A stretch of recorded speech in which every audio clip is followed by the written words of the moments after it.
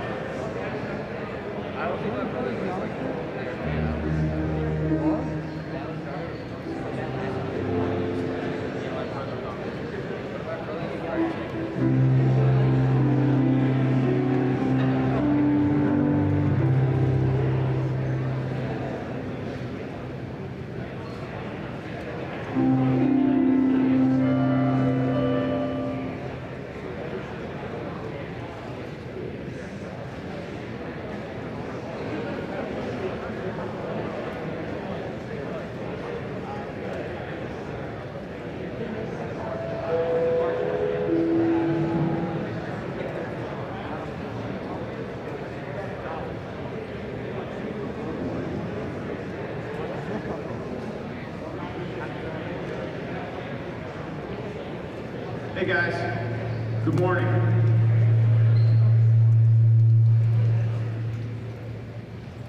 Who was in my gym class last year? Good morning.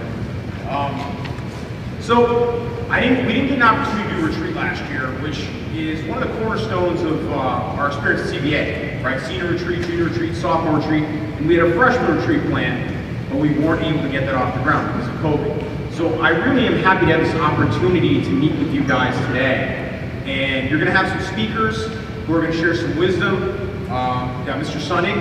Some of you guys, who is Mr. Sunning in class? Sunning, great guy, right? He's in the back, so yeah, be brief. Also, we're going to have a student speaker, Tai Chi, I hope. I think he's here. Mr. Tomato is going to speak. Senior Ed Bissell is going to talk about, he's going to speak today. And Mr. Savarino, and also Mr. Tomato. So we have a lot of people who are going to share wisdom with you, and some things you're going to be able to take advantage of and become a part of these next few years. Things you might have missed out on. One of the struggles I had this year to actually put this together was I had to find a speaker who's been on an immersion trip, and I could only think of 2. Does anybody know anything about an immersion trip program? See, hand raised. Anyone? Easter. It's Easter. Easter, what do you know about the immersion program? Okay, I can't hear you. He knows something. He's saying something back there. But, so we have these great trips to be able to go on because of COVID. So we're going to talk about that. But ultimately, the theme of the day, it's not about taking trips. It's about becoming a man for others. Okay? That's what we're called to do in our lives. You know, and especially at the academy. And I'll tell you what, I didn't become a man for others until I started teaching here. I started teaching here in 2007, and I realized that there's all these great service opportunities to do. And Mr. Sunning invited me on a few of them. I remember we went to the Romero Center at Camden first, and I was like, this is great. You know, this is part of my job. I get to go out and help other people. It was such a wonderful experience. And then Mr. Sunnig also, I got to credit him a lot, got me on the first Montana trip back in 2000, well, my first Montana trip. He'd been going since 2009. And I got there in 2012, and it really just opened my eyes to the poverty they experience, and also the things we can do to solve it. We actually have our first LaSallian volunteer out there now. Some of you may have had him as a history sub. Did anybody have Mr. Houston as a history sub? You want to raise your hand? Right? It's good. Good, hopefully. Good. He's back out in Montana now teaching and coaching basketball. So it made such a profound impact on his life, taking that trip. And that's what, that's what I hope for you guys. That you can go on these trips and it'll change your life. But poverty is not something too that's just abroad, it's at home as well. And we've done a great job, probably the best job ever in my 14 years here of doing indirect service for the poor. And I'm gonna read a letter to you in a few minutes from the lady, Kathy Logan, who runs the Bridges program, who was just so thankful for our support. And my Christian service guys have been a big help with that too, the seniors, right? They usually pick a service site and they go 2 hours a week all year. But a lot of our service sites were down because of COVID, right? So we had to get creative, and they've done a fantastic job of that. However, you guys next year, you're upperclassmen, right? A couple months you're gonna be upperclassmen. So the next chapter in the Immersion program, the next chapter in your journey begins now, right? Who brought a journal? I even brought a journal. Let me see. Raise your journal if you have a journal. We'll do some journaling today too. It's always fun. I actually was journaling last night, just things right. Actually, I got 2 journals, so I'm good. I got 2 journals. We got a journal, a pen, Easter pen. Just picking on Easter's name. My neighbor. I didn't know that for 5 years, but he's my neighbor. And I also want to invite you guys. It's an invitation. I want you to be involved in the life of school. You guys know where I'm located, by the way? What room I'm in? Who knows? Raise your hand. It's interactive. Well, look at this. I'm getting interactive. Raise your hand. 106. Where's 106? My computer lesson. So stop in and talk with me. There's so many things you can be taking advantage of, especially as things start opening up, which I'm going to get to in a minute. However, let's start, as we always should, let's start with prayer. Let us remember we're in the holy presence of God. In the name of the Father, the Son, and the Holy Spirit, amen. I'd just like to read the Serenity Prayer because I feel like it's, especially appropriate to this time in our lives, in our country. God, grant me the serenity to accept the things I cannot change, the courage to change the things I can, and the wisdom to know the difference. Living one day at a time, enjoying one moment at a time, accepting hardship as the pathway to peace, taking, as he did, his sinful world as it is, not as I would have it, trusting that he will make all things right if I surrender to his will, that I may be reasonably happy in this life and supremely happy with him forever in the next. Amen. And for all the intentions we hold in the silence of our hearts, let's offer a Hail Mary. Hail Mary, full of grace, the Lord is with thee. Blessed art thou amongst women, and blessed is the fruit of thy womb, Jesus. Holy Mary, Mother of God, pray for us sinners, now and at the hour of our death. Amen. St. John Baptist, still sound? Lift Jesus in our hearts. Great. I want to start off by showing you the Google Doc. So it's a little informative. The Google Doc of service I've sent out. It's got so if you've been emailing me about what to do, right? It's got every single service opportunity you can get involved in from now and even throughout the summer. So I have Mr. Wano's back there. Yeah, look, you already did it. It's great, right? Mr. Wano, thank you. Give him a hand, Mr. Wano.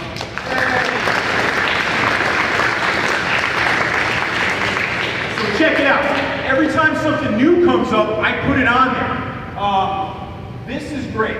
Volunteer to fulfill in New Jersey and Neptune. This starts out over Easter break and throughout the summer. Fulfill New Jersey is a food bank in Neptune, and you can go do direct service. We've been doing a lot of indirect service, collecting things. You get to go and actually serve people. All right, you can get the only window, only slot that isn't open is Tuesday mornings from 9 to 12. But every other day they're open from 9 to 5. You can volunteer every day. I spoke with the volunteer coordinator. I used to, the CEO of Fulfill, I used to coach her son in crew, and she was really kind enough to reach out to me and say, yeah, let's get the CBA guys involved. So you're all welcome to be a part of that. I sent out a Google form to all of you, but if not, just click on the Google Doc and fill out the link there. There's a volunteer link as well. Also, Palm Sunday volunteering at St. Anselm's from 11:30 to 2. When is Palm Sunday? What's Palm Sunday? Somebody, please. Nate, Ed, same guy. Wait, you say when is it? When is Palm Sunday? Sunday. Sunday! So if you want to be volunteer Sunday, email me today, okay? And I'll get you set up. It's an Easter egg hunt. It should be fun. That is direct service. If you want to be part of the CBA Campus Ministry Media Team, which is basically taking pictures and writing stories, email. I got a couple guys already. Michelle, is he in the room? Michelle? No? Shelly, you're on. All right. If you want to, St. Mark's and Keensburg, if you want to volunteer. Also, there's CCD tutoring at St. Anselm's. There's a link. All this is on your Google Docs, okay? I'm not going to go through every single one, but this is all great stuff. People's Pantry is open next Tuesday. Has anybody done that yet? You go to People's Pantry, volunteer in person in Asbury at Our Lady of Mount Carmel. That's a great experience. If you want to become a coach, maybe you don't want to go to People's, maybe you're like, hey, I can coach track. St. Anselm's needs a track coach, right, for middle schoolers. Great opportunity. I know I'm just going to go through this because you may not know this is there. Keep going. Good Samaritan Project. Some of you guys have already taken advantage of that. That's helping a neighbor in need. Okay, you do something good for your neighbor, you take a picture of it, you show it to me, you get service hours for it. All right? And I think that's kind of the most important thing we can do is help the people closest to us, right? Liturgical Committee. Really need help with this. I have no takers. Maybe you guys will take me up on it. Basically, this involves helping planning the masses and the prayer services. And I think it's so cool that I get to talk to you now because things are going to, you get to form these next couple of years. Saturday service, we're going to have a lot of that. We've had a couple of days that's to be, determined. Some days I'll just put a date out. Some guys have showed up for that.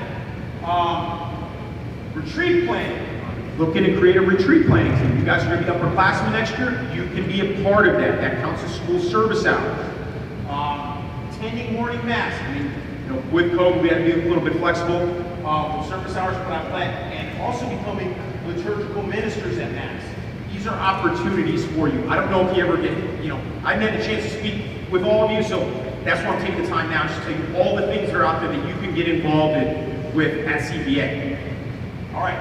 And then there's just a list on the Google Sheet. I'm not going to go through every one of them. Weekly donations, school service, St. Vincent de Paul, that's some heavy lifting actually.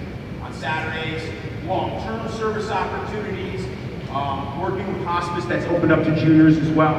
And we'll just go down to the bottom. Virtual tutoring, some of you have been a part of already. And I color-coded and stuff, but things are closed right now. Keep going. And summer service. To be decided. I call it the Summer Service Academy. It's not good. So we're going to decide some things to do. The summer weekly opportunities, all right? And already there's one. There's Ike and Bike, which is at Brookdale from 9th through 13th. Check that out. And finally, where we're hoping to get to, which is a little bit lower on the screen. I have it highlighted. Future immersion trips, right? Which you're going to see a lot about today. Montana. Florida, Project Appalachia, and well, we had a trip planned to actually work to go volunteer at the border. Some of the guys were signed up for that last year, but okay. But all these things that we're going to open up, I want you all to be involved. So always reach out to me, check in with me, and become a part of it. Now, things we've done this year, which are great. Here's a little accolades from Mrs. Logan, who runs the Bridges to the Shore program. So here's a letter from her, thanking and commending the CBA community. Let's see. Barrett, read it. Never mind, Barrett. I'll read it. All right. Dear Matt, the CBA community, the Bridges at the Shore program extends its deep gratitude for your continuous support of our organization. With your help, we support several local organizations and many individual families in need throughout the year. The Bayshore Lunch Program provides hot lunches 5 days a week to anyone who needs a meal. It has been suspended since March 2020, and with your help, we've provided over 300 brown bag lunches every Friday since last May, and we've done this on a weekly basis. The Keyport Food Ministerium provides food to over 300 families every month. The generosity of CBA has provided thousands of pounds of non-perishable foods to this food pantry. This is close to my heart. This one we've been helping with the diapers and the candy. We brought candy in. Feeding All God's Children works with abused women's shelters. CBA has provided diapers, baby wipes, formula, children's socks, and clothing and food on a regular basis for well over 18 months. So we've been helping out consistently for over a year and a half, even through COVID. So we've done a fantastic, probably the best job ever of indirect service, of really helping those in need. Those who can't afford to go buy diapers or wipes. And also, backpacks. We've done Operation Backpack in the past. We've filled over 400 backpacks to area children every August, and toys, books, and gift cards to over 800 children at Christmas. And CBA has been integral to these programs. So you guys have all been, who's been a part of that already? Who's donated some candy? Sure. Right? If you've done that, if you help with Operation Backpack, if you've done all these things, they're going, I know you can't see the actual people, but it's getting to people in need. And that's the most important thing we can do, right? I was talking to Kathy yesterday, and we loaded her car with Easter baskets. We had so many Easter baskets that she couldn't take them all. She has to come back for more. And she said she was taking them to 140 displaced women and children, right? Who would not have an Easter experience without our generosity. So thank you.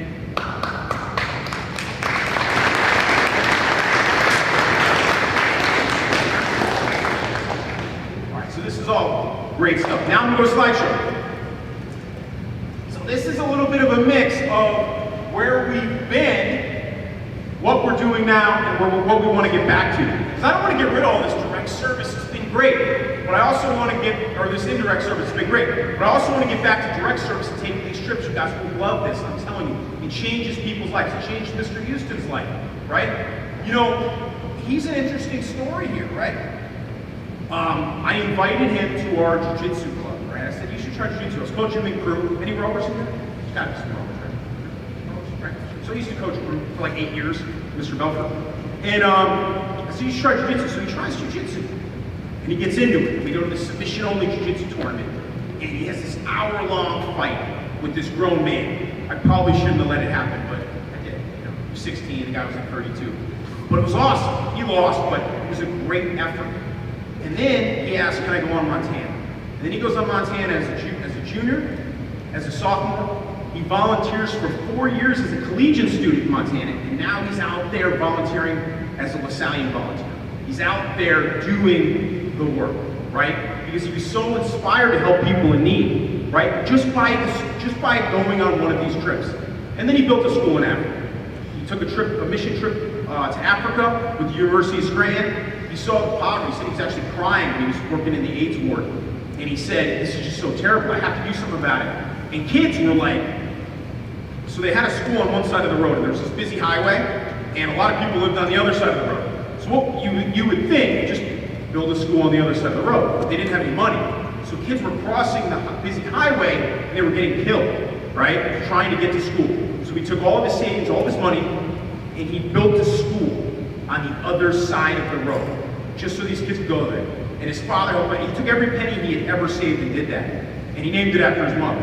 And you should see, I have pictures of these kids. They're today happy, getting taught, and safer because he took some trip to Montana when he was a junior in high school. That's how it starts, right? One simple act, one simple invitation.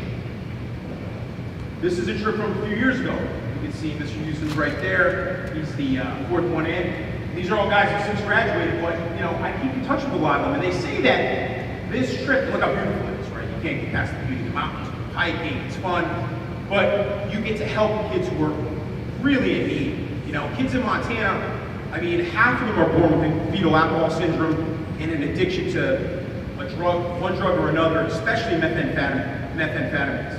So we get to go out there just for a week and make an impact. This is us in Homestead, Florida. This is a couple years ago. This is our first trip. We're working with the children of migrant workers. Nicest kids in the world. I broke my ankle playing basketball, so I was kind of miserable. But thank Thank God Mr. Savarino was there. There's me there. I actually have a boot on at the time, not happy.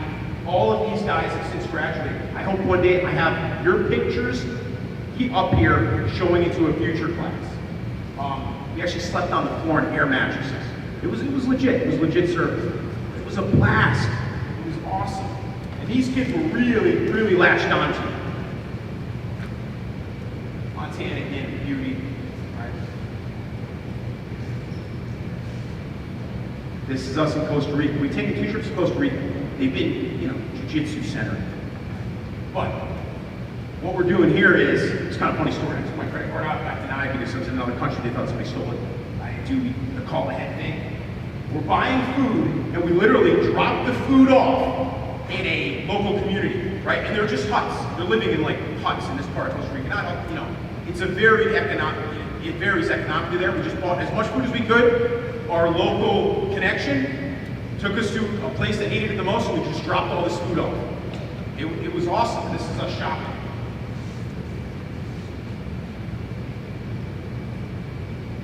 Church. Right? It's actually Palm Sunday. 2016. This is the second trip to Costa Rica. Mr. Tomino and Mrs. O'Connor went on, and they're painting a school.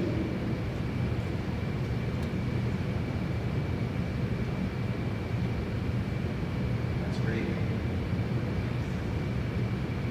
Since all these guys are graduating, except Brady, who's a freshman there. So anybody know Brady? Freshman there. Here's another trip we took with the bowling team, and I'm throwing it there because there's service. Mr. Reynolds played this, right? This was awesome. That's where I got my bowling shirt. We were building crates for, we went to Texas, right? And there was all these abandoned dogs. Like there's thousands of abandoned dogs. We went to the Fort Worth dog shelter.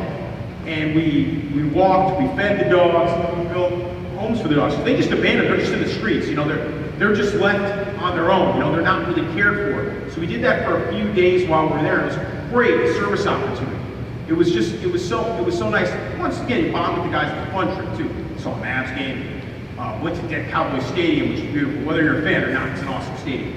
It was amazing. We had a great time. And that's what these trips are about. You build that brotherhood, but also you get to serve others. Oh, look at that.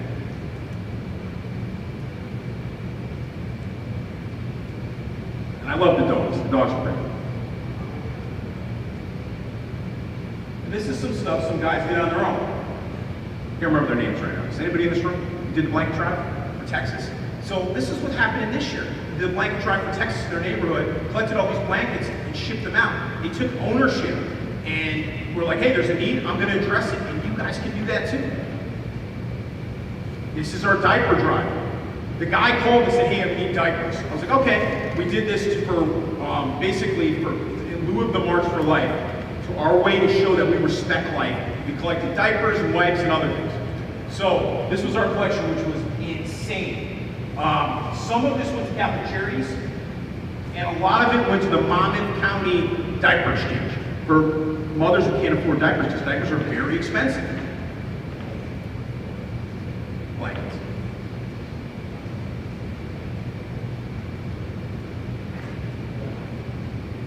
Mr. Fails. We filled that trailer and his truck, and we had more left over. It was a great day for us all to come together. Now, granted, it was indirect, but we helped those in need. Who was there that day? Anybody there that day? That dropped a couple guys, seniors, Mr. Sonic. So it was a school-wide effort, which was fantastic.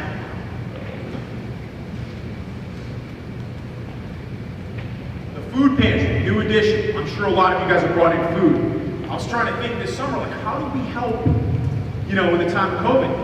Every food bank reached out to me saying, we are desperately low of food. So, what do? We created a food pantry, and you guys have been stocking it all year. We've probably filled it up and emptied it 20 times, which is pretty amazing. And it's gone to at least 10 different pantries.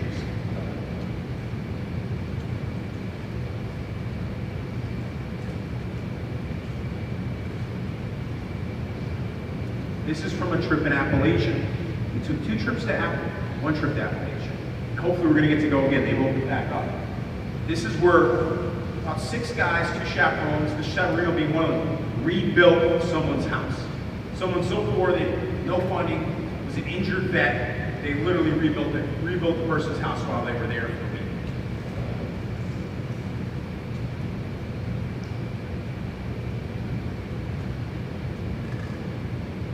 Back to Montana, in-person tutoring. We got the beautiful pictures.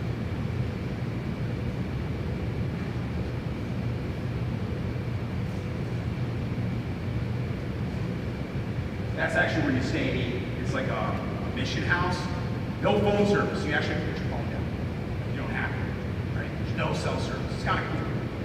Some people didn't have the best reactions. And here's a video.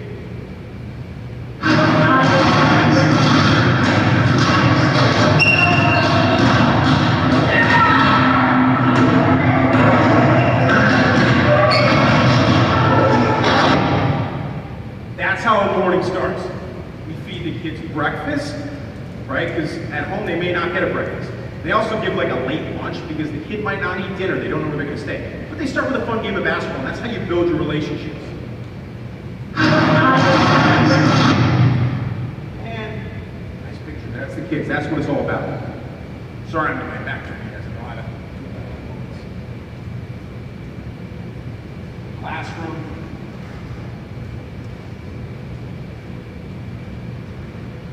And that's our Easter baskets. All the ones we collected, and she has to come back and grab more.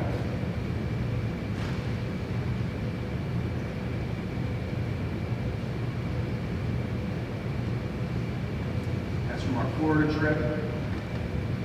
And that's just a cool picture. That's a Montana picture. And obviously I was taken with a drone. Look how cool that is.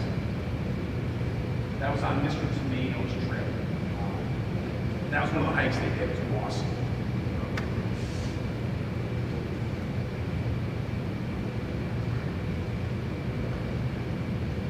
And that's it for the slideshow.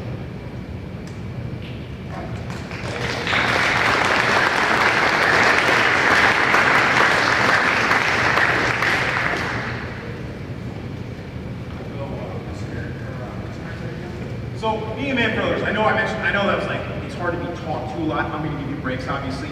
We're at different speakers. But take out your journals, all right? Here's what I want you to do. Take a minute or 2. Anything that resonated with you from the slideshow, right? Anything you want to do. It's a good thing. See, it's not an official retreat day, but it's the same thing. It's a break from school.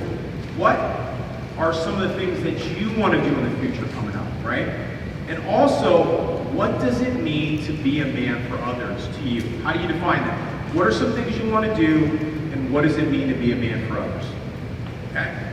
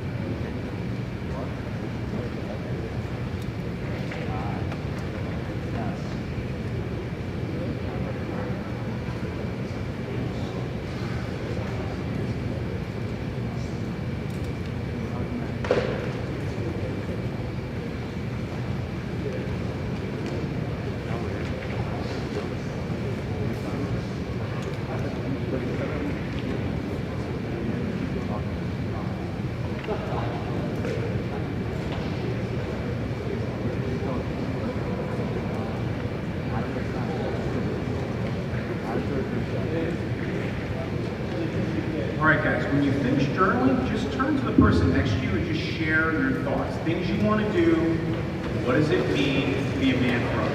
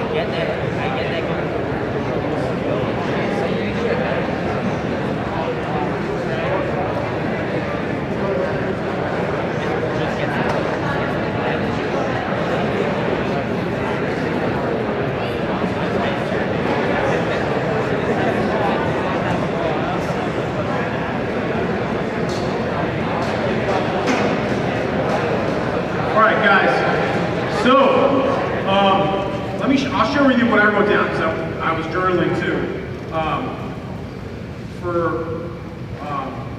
What does it mean to be a man for others? I put, always be on the lookout to help someone else, right? Even if you're uncomfortable, like even if it might cost you a little bit of time or make you uncomfortable, always be on the lookout to help someone else. And then for things I want to do after looking at the slideshow is go back on the trips, because they're great. Tyler, what are you doing? Yeah, if you can stand up and try to project your voice.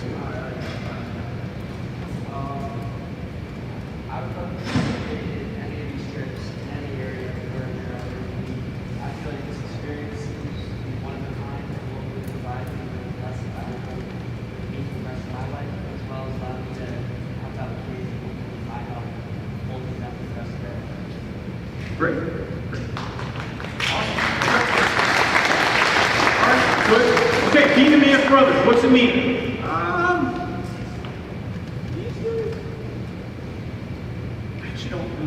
Not many people's names. Even my gym guys are kind of a blur. Easter! Easter, right? I know Easter. Easter, what do you got? Just speak loudly. What do you for being a man for others? Being a man for others isn't about what you do for yourself.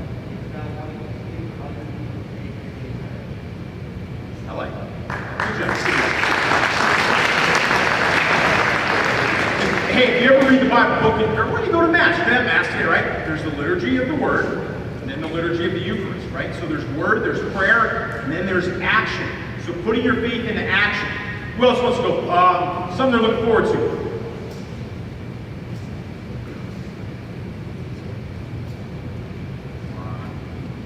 Courage. It's one of the cardinal moral virtues, courage. This guy. He's smiling. What's your name? Yeah. Paul, come on, give me something. What are you looking forward to? What are you looking forward to? Something from the slideshow that inspired you. That would be cool. Supposedly we're on the list to get back to when we can. All right. How about somebody in the back? Mike, pick somebody. Yes. What do you got? Stand up. You're tall too, so people see you. Go ahead.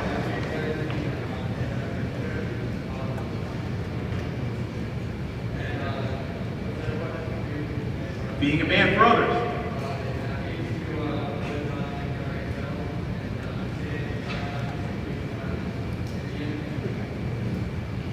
I like it. Taurus, if you were in my class, you'd get 100, just like everyone else. Okay, so, anybody else? Being a man, how about something you're looking forward to? Clemson.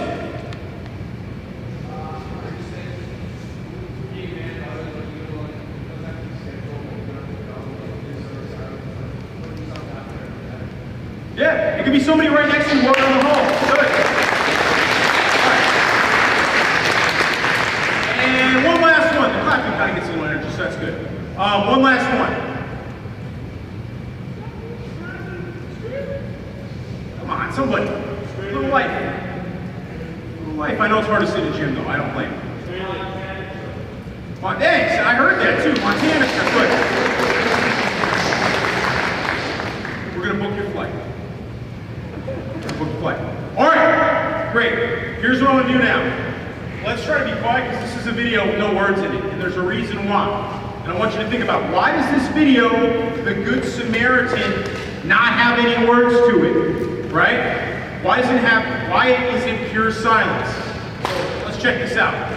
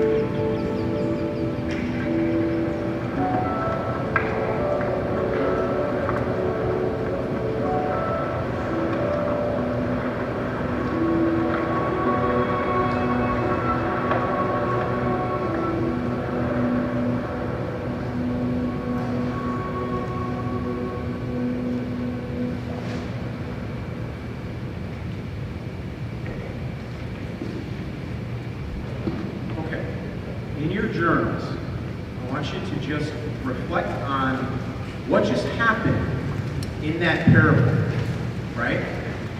And how does it relate to the theme of becoming a man for others? What just happened in that parable? And how does it relate to the theme of becoming a man for others? Okay?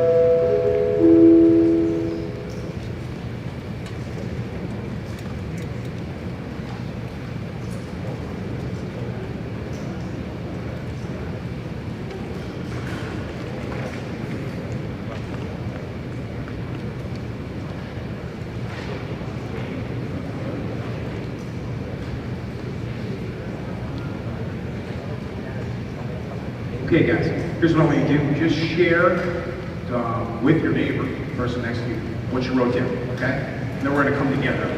Just share what you wrote down.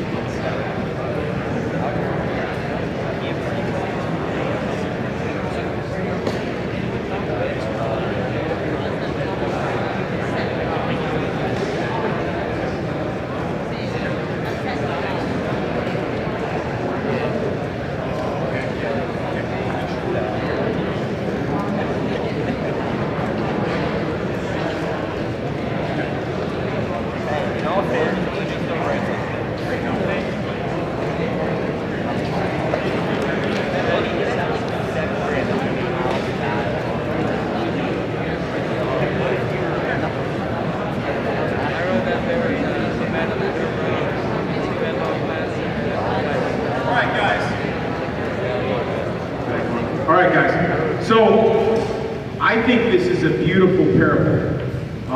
Why does Jesus use parables to teach? What is he trying to teach in a parable? It's kind of a long way to make a point. He's trying to teach a lesson. So what did you get from this parable? What lesson was Jesus trying to teach?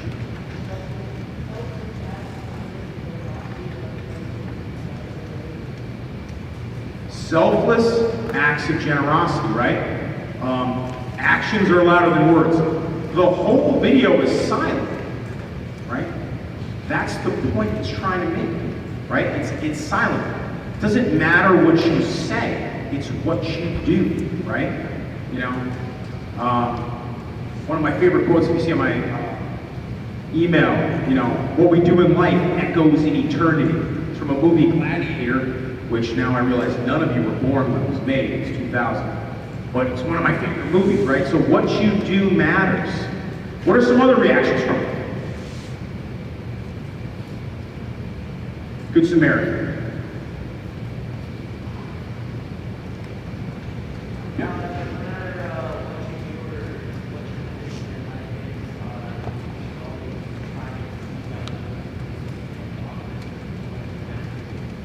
Yeah, it doesn't matter what your position in life is. That's a good point.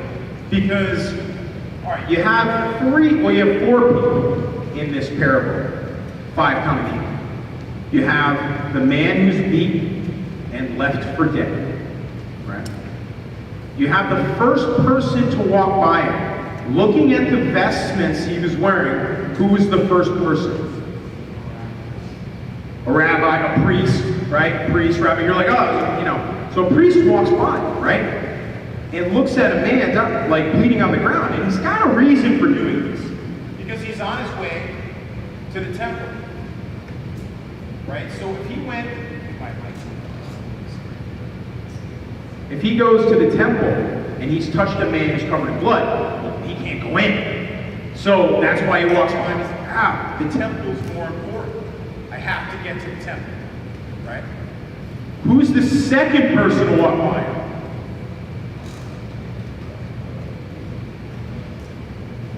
Yep.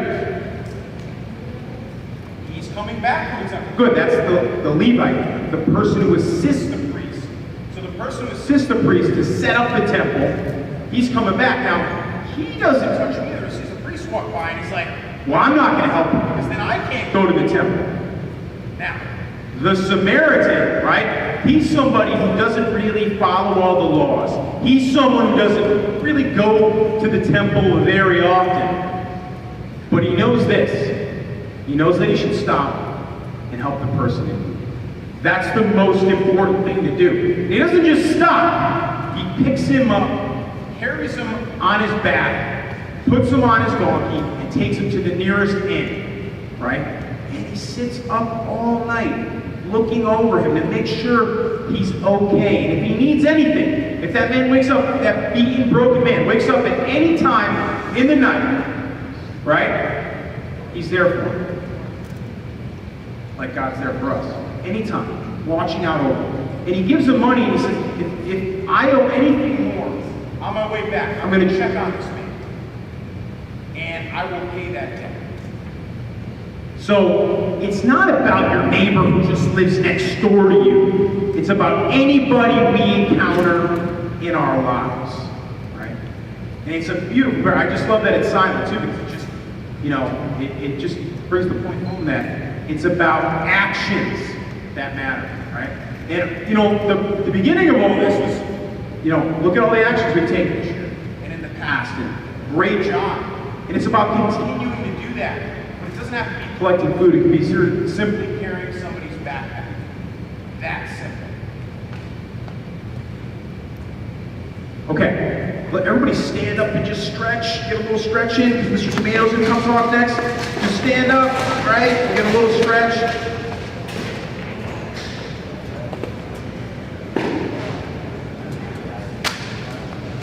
All right. This sound comes in and out, so forgive me. Get a little stretch in, and then we'll sit back down, and Mr. Tomato's going to give us a great presentation, because he's the only presenter. The other one is not here. Oh, check. Okay. I'm going to use this one.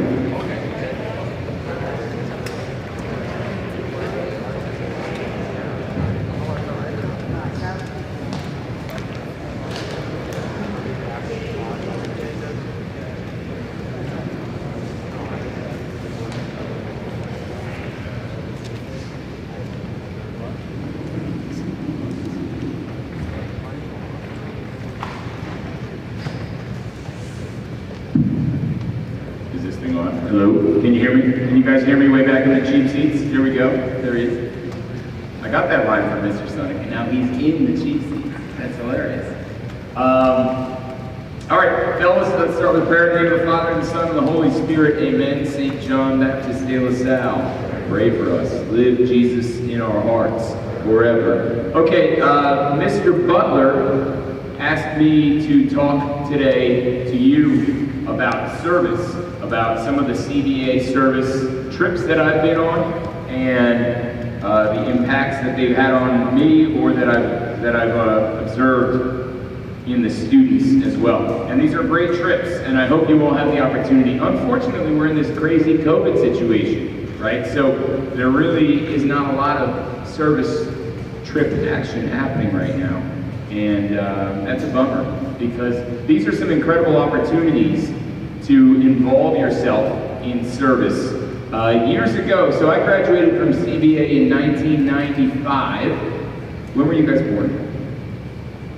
So you guys were born after. So that's kind of crazy, because on the inside, I don't feel old, okay? I have little small children, and they like to point out my gray hairs and things like that, and remind me how old I am on the outside. But I promise you, I'm only old at body, I'm a child at heart. But when I was at CBA in 1995, there weren't this many opportunities. There weren't a lot of them, and it wasn't as part of the culture. Through the efforts of Mr. Sonic, who was the campus minister for, I don't know, almost 20 years, I suppose, and then Mr. Butler, who's the current campus minister, this service program at CBA has grown tremendously. The presence of the service component. One of the things I love, and this is about the Catholic Church in general, but also about CBA as in its current, the way our climate is that service to others is an important part of your Catholic identity, and it helps you and it helps them. One thing, a good question you can ask yourself whenever you have a moral judgment to make is, what would it be like? And it's an extreme. Sometimes I never took a philosophy class, but there's a philosophical, and I'm sure there's a name for it, because there's a name for everything. If you want to apply the concept of, if everyone were to do this, would the world be a better place? Maybe Mr. Sonic might know if there's a name to that concept. Can somebody echo that? I didn't hear. Categorical imperative. So thank you. If everyone were to do more service and to help others, would the world be a better place? And I think the answer is an unequivocal yes to that. So that's a good kind of rule of thumb to judge.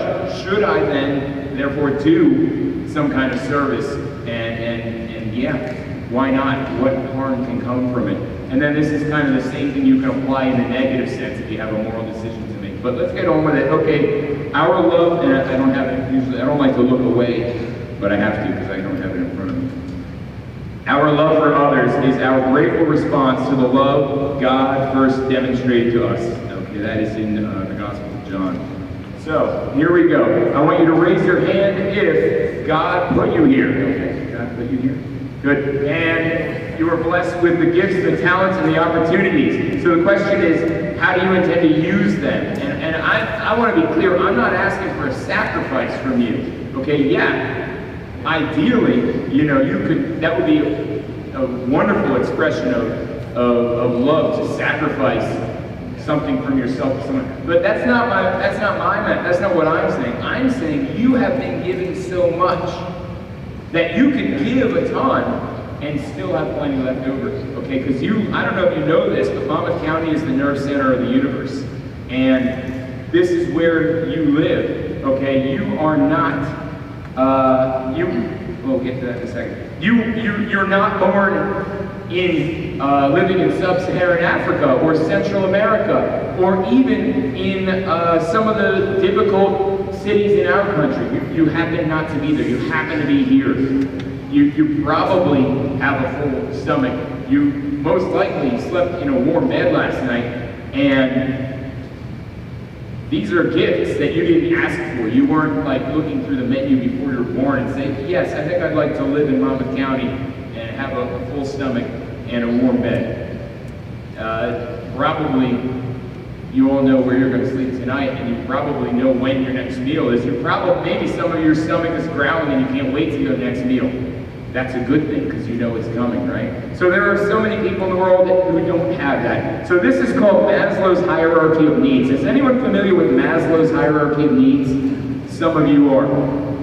What's interesting in preparing for this talk, I found a reference that said that Maslow developed this hierarchy of needs in research with discussions with the Blackfeet Indians. I don't know, have you heard that, Mr. Sonic? I found that in one of the references on the Wikipedia page, so it must be true because it was on Wikipedia. But that's very interesting because we're going to talk about the Blackfeet Indians a little bit in this speech. Anyway, the concept of when Maslow developed his hierarchy of needs, he said that you have to fulfill the basic human needs first, and then you can climb the ladder, so to speak, up to self-actualization, which would be at the top. So throughout the years, they've modified this theory to say you don't have to have the bottom ones to get to the top. It's just kind of a lot easier. What we're saying is this: if you have physiological needs, if you have a full belly and a warm bed, then you can start to think about safety. It's much easier to worry about safety. And if you have safety, you don't fear that your life is going to be threatened, then it's much easier to worry about love and friendship and belonging in a group. And if you have that, it's then much easier to build self-esteem. And if you have that, it's much easier to achieve self-actualization. And I think you could just think this through, and it makes a lot of sense, because if you don't know where you're going to sleep tonight, and you don't know when your next meal is coming, chances that your self-esteem is flying high are very slim, and chances that you will become fully at peace with living, okay, if you can't guarantee your own safety, it's going to be very hard to imagine that. So this is what I'm telling you, is that you have been blessed with the bottom levels of the hierarchy, and there are a lot of people that live in this world that don't have that. And part of your responsibility is, okay, great, I have this, how can I share it to help people to make their life better? So let's talk about what CBA's role in all this is. Okay, so years ago, Mr. Sonic and Mr. Thawley and I went with a number of students to Nicaragua. What happened was we did a fundraiser, a CBA fundraiser for these schools in Nicaragua. And CBA raised so much money that we ended up having enough money to build 2 schools. Our goal was only to build 1 school. So we went down there in a delegation to dedicate the schools. And it was not an easy trip, okay? When I say not an easy trip, you know, we were pioneers with the masks. We had to be on a dirt road for 5 hours sitting in the back of a pickup truck. And then when we got to our destination, you pull off your mask, your face was covered in dust, and your mask barely did the job. It was like a bandana to keep the dust. That's how. And then after that, there was a 2-hour hike into the mountains. So this is what life is. Okay, it's a little hard to see, but this is what life is to these people. And they're just regular old human beings who happen not to win the life lottery of living in Monmouth County. They happen to live in Nicaragua. And so this is called the chicken bus, and this was an interesting thing. There was a bull whose leg got stuck in between the planks of wood on a bridge, and they were pulling the leg out because that bull is their livelihood. And so that, you know, has anybody here ever pulled the leg of a bull out of a bridge? Because, no, probably not too many of you. And this over here, this is downtown. Okay, picture downtown Red Bank, okay, downtown Lincroft. This is downtown Nicaragua. It's hard to see dirt floor, but that's nothing. This over here on the one side, this is somebody's house that we passed walking to the school. And that over there on the right side of the screen, that's the school. That's the old school that we were replacing. Okay, it had a dirt floor, and there were fleas, and as you can see, the wood is rotten. So they needed a new school building. It's a one-room schoolhouse. So CBA raised the money for the schoolhouse, and they're just regular kids. This moved me because I saw, we walked into the old schoolhouse, and you see these things hanging on the wall. I mean, look at that. Well, you can't really see it too much, but it's like you can walk into any kindergarten classroom or first grade classroom in America and see the exact same stuff hanging on the wall. And that was just a reminder that they're just ordinary kids. They're ordinary kids, human beings just like you. They have the same experience as you going through life, but they don't have the same bottom levels of that Maslow's hierarchy already in place. So these are people who have a need, and we are blessed enough to share our blessings with them. And you can see this is a great photo. Again, the light situation is you know, thank goodness it's not an overcast day, but it would be nice maybe for an overcast couple of minutes so that we can see the photos better. Because I love this photo. The boy, one boy, you can see he's wearing rubber boots, okay, which are very popular nowadays, that you see people walking around with rubber boots on, like designer rubber boots. Well, his rubber boots were so that he could work in the fields and poisonous snakes wouldn't bite his legs. That's why they would wear rubber boots, not because they look good. So that's kind of interesting. Anyway, this is the schoolhouse that we built. So our money went to good place, and you can see there, it's hard to read, Christian Brothers Academy, and the two schools we built were in honor of Brother Andrew and Mr. Wheeler, who was a faculty member here, both of whom passed away. And we dedicated these schools in their honor. But now these kids here have a nice place to learn it, and we were able to help with that, and that felt good. And this delegation of students went down there to dedicate it. It was a wonderful experience and life-changing in a lot of ways. But I want to talk about a few other experiences as well. The Montana experience. CBA has been able to go down there, I think maybe 15 times or maybe a little less, but roughly 15 times over the past 10 or so years. And in Montana is the Blackfeet Indian Reservation. The Blackfeet Indians, which I mentioned, allegedly Maslow developed his hierarchy, and apparently there's some symbolism in their teepee that has to do, which inspired him to come up with the hierarchy concept. Again, you can do further research on this if I'm way off. I mean, it's Wikipedia, it can't be wrong. So, a few times a year, a number of students like yourselves travel to Montana. There's a LaSalle school that the young people, it's an elementary school, and you, as students in this service immersion, would help in the classroom, help the children to learn, and help the teachers to teach the kids. And it's a challenging environment, okay? It's a different world out there. I mean, there's signs, we have a deer crossing sign, right?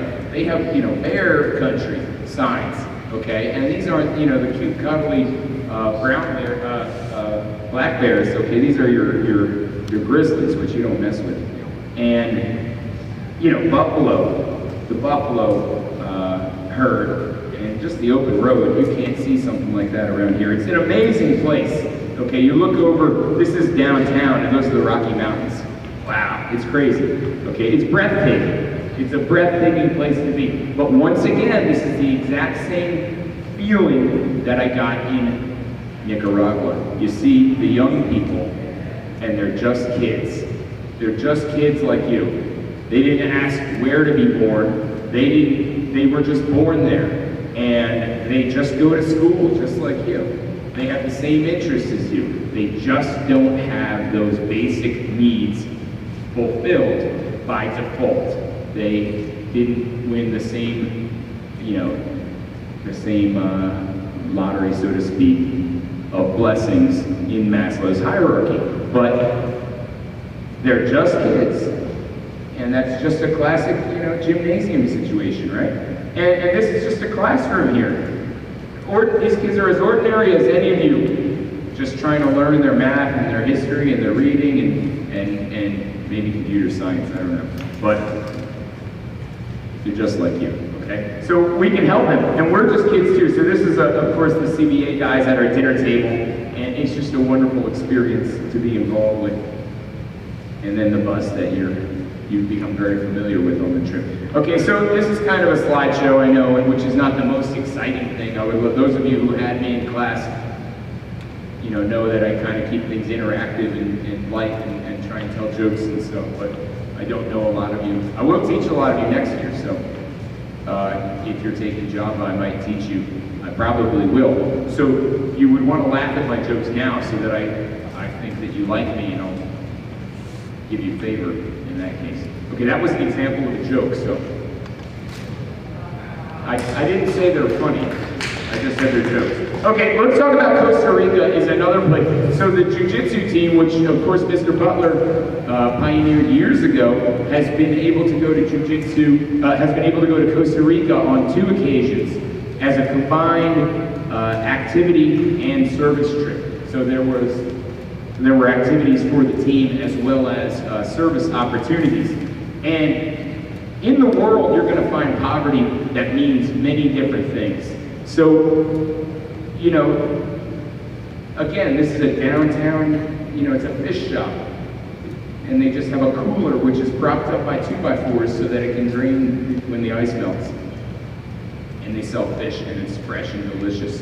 And over here, what's interesting here is this is a construction site. The house over there with the red roof is being built.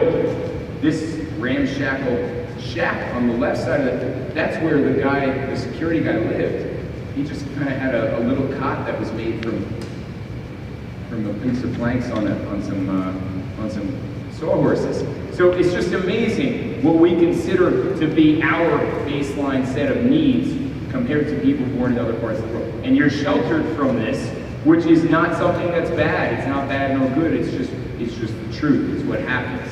You're born and you live here in this world, and you're going through life just like any ordinary kid anywhere in the world. But your experience is dramatically different. Okay, so and again, this is just a city street. Again, this is just ordinary life for a lot of people. Ordinary life. And this is, you might drive through Middletown and see some townhomes, okay, or any town, and see houses, and this is just normal houses. Corrugated metal, dilapidated bridge to go over this little drainage ditch situation there. That's just life. It's just like poverty means different things to different people, okay, and different parts of the world have a different concept of poverty, but people don't sit around, saying poor me, because you still have to live your life in a lot of places in the world. Costa Rica has a rich Catholic tradition, and these are some scenes from Holy Thursday processions through town. The whole town shuts down and people process, and there are just beautiful churches around the edges of dirt roads, and it's just a wonderfully Catholic country. Actually, the head of the Christian Brothers, not the current brother, but the previous one was Costa Rican, Brother Alvaro. He was a Costa Rican brother. So one of the service opportunities that we took when we were down there the first time was to feed the hungry. And so basically we had some funds that we raised. We went shopping, and of course this is about the opportunity to get a workout. And we filled up the carts with all the essentials, Oreos, of course, all the essentials. And we gave them to the people who need them down there. And we also helped to train the children at a local jiu-jitsu school. So there is, you can see all the kids around, and I'm going to tell you a story in a moment about this school when I get to the scene. This is the old school building that they can no longer use. Okay, so what you saw back here, this is a temporary arrangement, and they're building a new school, which we'll get to in a minute. But this guy in the middle, he's my good friend Leo, and what he did was, he was born in Costa Rica, he is Costa Rican, and he just lives in a little beach town. He surfs and he does jujitsu. And he had a great idea. He was fortunate enough to go to their college, go to Costa Rica University, and he started a business, which everyone in Costa Rica doesn't have the opportunity to do. So you guys are familiar with Pliables and Fruitables. Well, he started one of those kind of places in Costa Rica. And very quickly, it became popular, and he's got like 11 locations in the country now.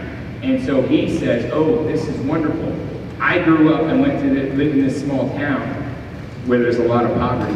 I worked hard and was fortunate enough to break out of there. And now I want to give back. So he started, you can see in the background, Pure Vida Fighting for Kids, Costa Rica Jiu-Jitsu. And he keeps kids off the street. He literally spends his own money to rent a van to drive to these kids' houses, to pick up the elementary school kids, bring them to the jiu-jitsu school, and teaches them jiu-jitsu. He monitors their grades to make sure they're doing well in school and gives them support they need. So he's using his talents and his gifts and his good fortune to help other people to see something greater than themselves, to give them those lower levels of Maslow's hierarchy so that they can climb up that pyramid on their own. Because essentially you have to pull yourself up the pyramid. But if you have the lower levels taken care of, it's easier to get to the top. So that's kind of what I'm saying to you, is that you are blessed. You have gifts, and you have those lower levels of the hierarchy taken care of. And so because of that, because there are so many people in the world who don't, it is your responsibility to share with them what you have been given and help them to get out of those low levels. Okay, so another thing we did in Costa Rica was we painted. There was another opportunity to help, and the Red Cross, which is, of course, you know, the Red Cross, and these again hard to see, but this is the Red Cross, and we painted that building on the inside because the old paint was flaking off, and they're too busy doing their job, which is, of course, helping people who have medical need. And so we, a bunch of CBA guys, you know, we bought all the paint and all the materials, and we painted the building, and they were very appreciative of that. So there are different kinds of ways to help. Direct service, ways that you can actually help people. So how does it help? Okay, so there are a lot of things here. First, you improve the world. Okay, what do I mean by improve the world? It's simple. You improve the world through your personal impact, because when someone helps you, you feel good. So if you're helping other people, you're making people feel good. You are literally making a better world. And the other thing is you physically are helping. If somebody's hungry or if a building needs to be painted, you're actually doing something. So it's directly impacting people. I think the best impact that a service opportunity does, though, is it will change you. Because we're in Monmouth County, and it is a wonderful place. I wouldn't want to live anywhere else. But you don't see the world from here. Your view is very narrow. And to be able to understand what you see in the news, to understand both sides of arguments and debates, you can only truly understand the entire argument if you experience part of it. So to understand when people say there's poverty without having actually met it, it's basically just you're reading a book and you can imagine it. So it's important to experience it so it informs your decisions. And you're going to be voters and you're going to be taxpayers. So you should have an informed decision about the important decisions that you're asked to make in this country and in the world. And it also makes you grateful. And gratefulness is important because since you've lived here, everything is just how it is. And it's called taking it for granted. And your parents maybe say, oh, don't take it for granted. But how can you not? You never knew that there's anything else. So to be able to see how things are different in other places is really important to make you a better person. And to give your compassion for people who may not have chosen the life that they have. And of course, it'll give you a perspective on your own life that hopefully you can then understand the decisions that you're making in career paths. And why are you making that career path? What do you intend to do for your family that you will be responsible for someday? So what can you do to help now?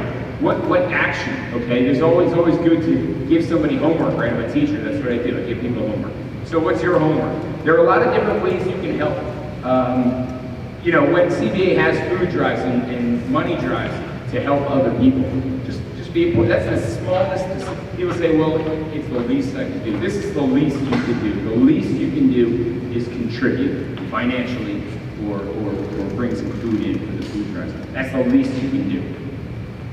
And when your church asks for something, bring something in. How hard is it, you know, to just bring something? That's the least you can do. It's not much. It's not direct, but it's something. Okay, but if you want to do a little bit more, and if you want to experience this, if you're curious, if anything I've said in any way says, that's interesting, I would. Or even if you just want an excuse to go to a different place, because the beauty that you'll find in these places is unmatched. Yeah, you know, in Nicaragua, there was poverty like I've never seen in my life. Yet, there was beauty that I had never seen. There was a mountain stream with a national park, these beautiful mountains in the background, and I'm shaving with the water in this mountain stream, and just looking around me, there are monkeys climbing in the trees and birds flying and chirping, and I just was overwhelmed by the beauty. So even if you just want to experience that, okay, this is me trying to be a salesman, because you're going to go there, go for the birds, stay for the... You will experience a change when you can't help but seeing other people. So go on a trip. When this passes, and it will pass, okay, all the masks, maybe we'll keep the masks, maybe not, but the lockdown world is not going to last too long. I can't predict when it will end, but I can predict that it will end, and things will be, we will open up again. We will be able to take trips and help people directly again, okay? And which I can say with 100% certainty because I'm not in charge of making that decision. So, but yes, we will. The world will feel much more normal relatively soon. So as soon as you have the chance, go on a trip. Help out. See what you can do. Whether it's a local trip, which we used to bring food to Asbury Park all the time. That's something. You're physically doing something. Or whether it's a trip to Montana, or whether it's a trip to Costa Rica. Go somewhere and help. And also, so here's the concept, okay? At this, you go visit a place for a week and you come back. And some people might call that poverty tourism. And that is a rude and offensive phrase because that's not what it's about. You're in school. And why are you in school? To learn. Somebody said, I don't know. You're in school to learn because very soon you're going to be in charge of your own life, and that's when you have to act. And how can we expect you to act with compassion and love for the world and for humanity if you've never learned the reality of it? And that's why you need to.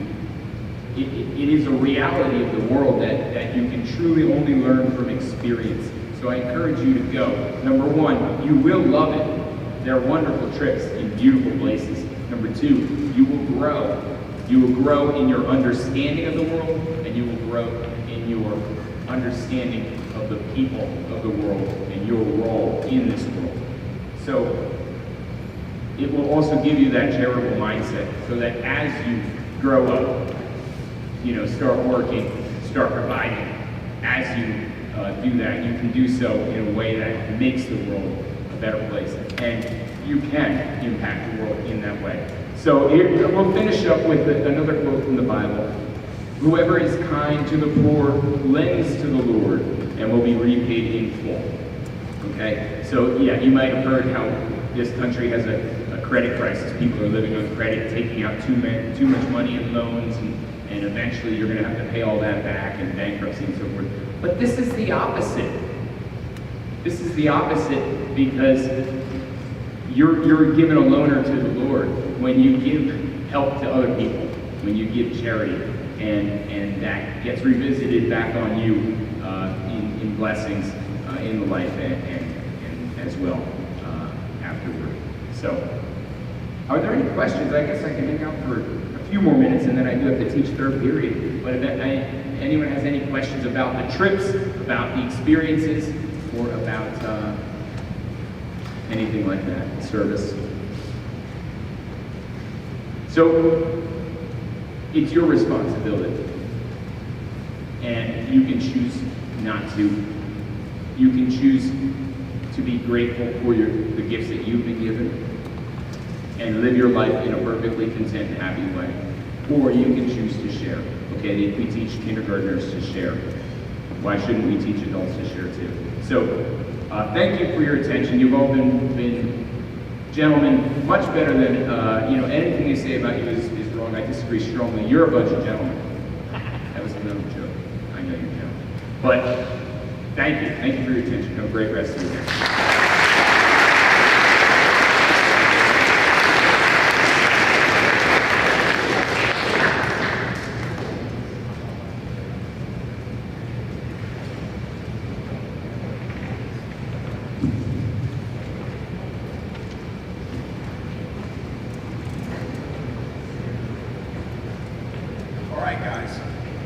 Sometimes this works. Okay, it's working out.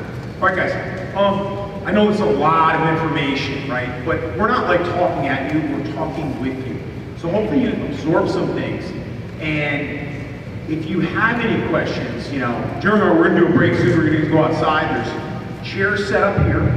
There's a bunch of games set up there. Okay, and you can kind of walk a little bit too. The seniors are going to be out there. Well, the seniors are going out there now. The seniors are going out there. So they're going to be out there too.